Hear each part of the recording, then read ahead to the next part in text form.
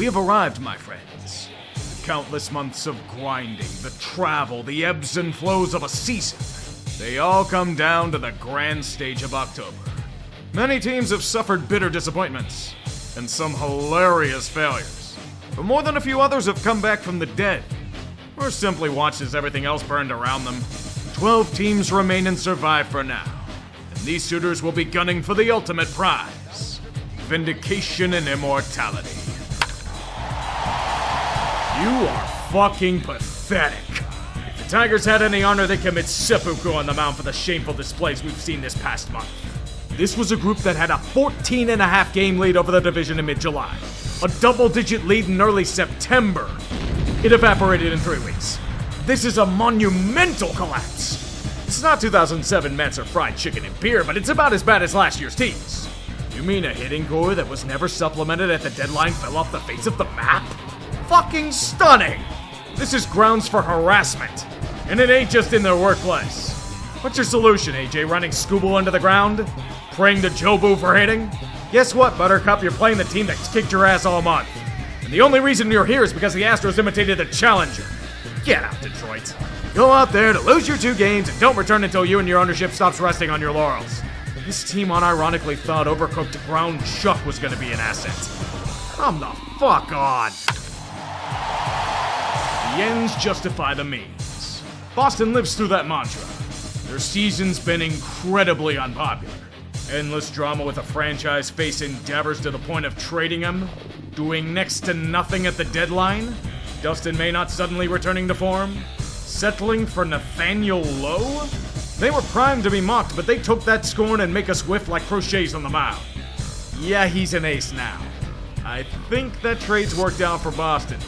The pitching staff as a whole has surged in the second half. That young hitting core is doing serious work in bringing them back to relevance. And this is without Roman Anthony as a plate. Wait a second, Trevor Story's healthy? And he's back to prime form? Is it going to result in sustained success? I don't know, but one thing is certain. Boston is to be feared. No, I'm not bitter that Aroldis Chapman's become unhittable as a Red Sox. Didn't give up a hit for 3 months, really? The hell was this in Pittsburgh?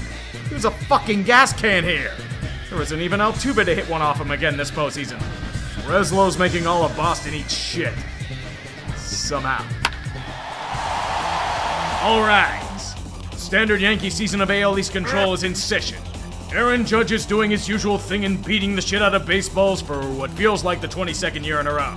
They are delinquents and must feel the bat of justice. So commonplace that we find his greatness humdrum. Amazing. Their core will crush opposition with the long ball. Their starters will cruise to victory even without Colton Schmidt. Their bullpen. It's definitely a sight to behold, despite countless tribulations and setbacks. People wanted hits back in August for good reason. True enemies come from within. Anthony Volpe developed all but the yips in short. Man's to send him back to Jersey run rampant, but he doesn't hold a candle to Devin Williams. The way he's been playing, Yankees fans consider him equal to a hijacker on 9/11. The organization allowed facial hair for this? Simply be bailed out by Judge at every turn? The only thing to be worse is if they lose to Boston again by means of blown save. I wouldn't look at their head-to-head record with them this year. Even in failure, don't forget, Cashman and Boone are here forever. Holy shit. You're not dead? I could have sworn you were publicly executed back in July. They lost a mid-tier starter and their elite closer to a gambling scandal. They shipped away the face of their pitching staff and more at the deadline. Ownership barely spends much of anything on their payroll. Cleveland was hovering around 515 games back at one point. But then came a winning streak that revived an entire city. Maybe this is the miracle of Guards Ball. It will be the ugliest, most unwatchable shit the average fan will set their eyes upon, but to Cleveland, this is heaven. The pitching core of dreams is having a month worthy of immortality. Dead serious, it's why they've been on the incredible streak they're on. And their hitting core has done more than enough.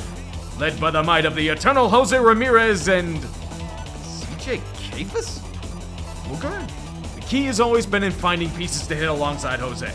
If they can do so consistently in October, they have a legit chance. The concerning problem now is replacing David Fry, but that shouldn't be too hard, right? The art of bunting's truly been lost. What a world we live in. The Mariners overcoming themselves to claim the AL West from most certain evil. I was worried about them for a moment. Take yourself back to late August.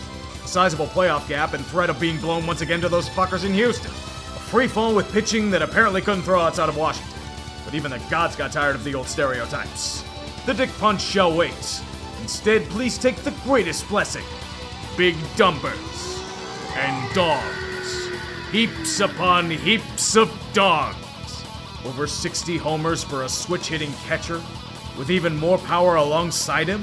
J-Rod's come back into his own. A career year for Jorge Polanco. The revelations are real enough. Then you remember, oh yeah, they have quite possibly the best collection of arms the sport has to offer. If they can learn how to pitch on the road. Like Ric Flair, they love the woo. This is the best team the Mariners have featured in almost 25 years. Everything should be pointing towards a World Series appearance. Playoff mustaches and Etsy witches abound for success. There are no excuses, Seattle. The time is now. Please, dear God, let it be so. You know that the secret to reviving a stagnant team was just to wait? In spite of an awful start to the year, despite their offseason acquisitions being detriments at best and injury-prone at worst, the Jays found their old mojo. Their home cooking's become the best in the league. Must have been in the corner of the attic or something. Lad's extension didn't have immediate impact, but it's a sight for sore eyes to a beleaguered fan base. Since June, a team possessed, a laggard core rejuvenated, a pitching staff dealing. Minus Jeff Hoffman, the Jays have done the impossible. They've made John Schneider passable as a manager. Fandom no longer calls for the Atkins diet, but a feast worthy of kings. And even more to come. Alek Manoah is back. On second thought, he's not. Jose Barrios is on IL for inflammation. Questions regarding Bo Bichette and Shane Bieber in the future can wait. Baseball can't wait for you to load over the Yankees and Red Sox. They nearly avoided blowing the division at the last minute, but perhaps time won't be as kind. Umball could fuck them over again. Wait a second, the Mets didn't make it. They spent over $1 billion in free agency to be bested by the goddamn Reds? This is legitimately hilarious. Tito wins by doing nothing. That's honestly the best way to describe it. Since he pretty much survived the whole year with an endless amount of inconsistency in all facets of play. Yes, I'm as confused as you are. Maybe that's what the magic of Tito does. They were looking for their Bruce Bochy and they may have gotten it. The Reds may have gigantic chasms in what they call a lineup and can't hit with runners in scoring position worth a damn, but by God, everyone else imploded around them, so they'll do. Ellie De La Cruz, the team. Will they smack a 450-foot bomb or whiff on a shitty curveball? The mystery box personified. Behold the salvation of their hitting core. A prime edition worthy of song. Miguel Andujar. I'm not joking, he's returned to his 2018 vintage here. At least Key Bryan's got a good glove. Hunter Green shoving on the mound. So are Lodolo and Abbott. They are carried by their starting rotation through thick and thin. In a vacuum, since he should merely enjoy getting back ears to getting crushed via hydraulics. Yet the postseason's always full of Cinderella stories like them. I think their time is now. Please, if there's a god out there, let them beat LA. Where the fuck you gonna go? Probably do an altar to pray for hitting. Dance, Tito! Dance! You thought San Diego was done throwing everything in the kitchen sink at a championship. Dead wrong. St. Peter's given them life from beyond the grave. Pretty much the polar opposite from 2023 in terms of luck. And an all-in push rivaling a potential last gasp. The usual big boppers in the hitting core, a premium starting rotation, and quite possibly the best bullpen in baseball. Then add Mason Miller hurling fire to it. Oh! It's just gonna cost you Jason Adam. Desperation or not, this is the best chance they may have left. And rewards will be great. The Dodgers are struggling immensely and keep blowing games left and right. San Diego's gonna take advantage of it and corral the NL West for themselves. You'll control your own destiny, right, Padres? Padres? What the hell did you struggle at the same time as fucking LA? Seriously, now the team goes cold? Situation's critical. Cease and King are all but gone after this, the prospect pool's nearly emptied, and that Bogarts deal isn't getting any shorter. I try to have good news, but Ramon Laureano's gonna be out for the wild card. I swear to God, if San Diego blows yet another golden opportunity. Finally! The bump I was expecting out of them last season was a tad delayed. It only took the revelations of Kyle Tucker and company to bring them out of the abyss. Whether or not ownership's willing to pay him the big bucks is a different matter entirely. But the entire organization's taken a step forward. excluding PCA. Side form's fallen off dramatically since the start of August. There's still a lineup of balance. Solid power, hits for decent average, good fielding, can get on base damn well. But what about pitching? Well, the bullpen's pretty solid. Starting rotation depends on the day. I'm not dismissing it, there's talent there, but they never got reinforcement for it at the deadline. And with those FIPs, you're praying for defensive miracles. And for Tucker to return from injury at full strength. And for Cade Horton to maintain his great form. It's a lot of what ifs. Can they overcome them all or fall to an NL West foe? Dangerous as anyone, Jameson? We'll see about that. Remember when everyone and their mother said there was no reason to play the season back in February? The Dodgers were just gonna stomp over everyone. Screw the season, crown them the champions now. This is why you play the games. Because you realize that LA's a complete goddamn mess. Their late season swoon has the sky falling on them. Was there any offseason acquisition that's performed confidently? Maybe Snell when he's healthy? I'm not joking, nearly all of them went to shit. I don't know where the hell Roki Sasaki's talent went, I must be unable to get a visa. Nearly half their rotation's injured long-term again. Michael Conforto's a hot mess. And I don't know why the hell Dave Roberts insists on chucking Tanner Scott out there to blow every game he pitches. Maybe it's because Blake Trinan would go out there and blow every game he pitches. An all-star hitting core of dreams that goes long stretches without hitting the baseball. Shohei must think he's with the Angels again. He's doing yeoman's work. Fortunately for LA, the Padres are fucking useless, so they claim the NL West because it was always destiny. Postseason's a fresh slate and they needed it. This will be Clayton Kershaw's last drive. It'd be doubly ironic if playoff Kershaw randomly returned when relieving a Yamamoto no-hitter. Or maybe that's just Tanner Scott. If they implode, we'll all dance in the smoldering wreckage. The Phillies are impressive, but you can certainly say they're predictable. When in doubt, the bell shall always dog. Usually with Kyle Schwarber. A lot of Kyle Schwarber. God, I love using that sound effect with him. This was supposed to be a race with the Mets. Philly fucking motorboated them on the starting line. The acquisitions in Queens have mostly sucked. Harrison Bader and Yohan Duran have been godsends. Thank you, Tees.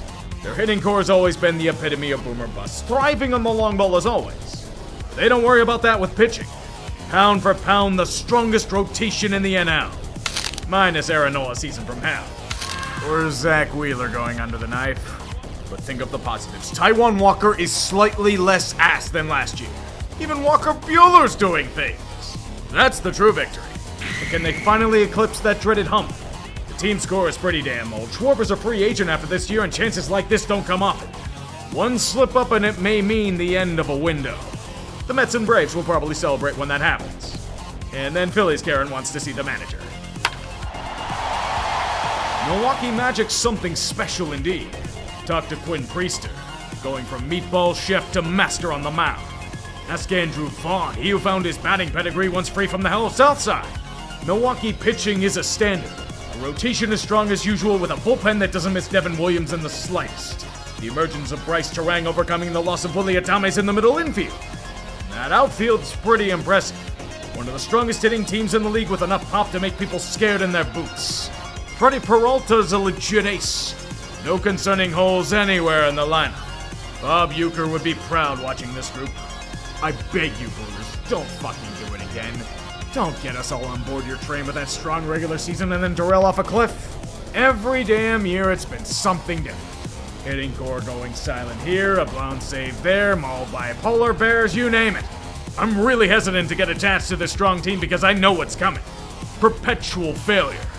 There is good news though. If you continue tradition, you'll make it past the first round by default. October Ball's always a special time. The traditions and legends that encompass it create lifelong fans. Triumph and heartbreak are part and parcel of such an enterprise. And this time around will be no different.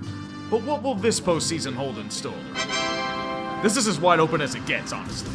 Every team has noticeable flaws and pure strength, so you may as well roll dice and pick from there.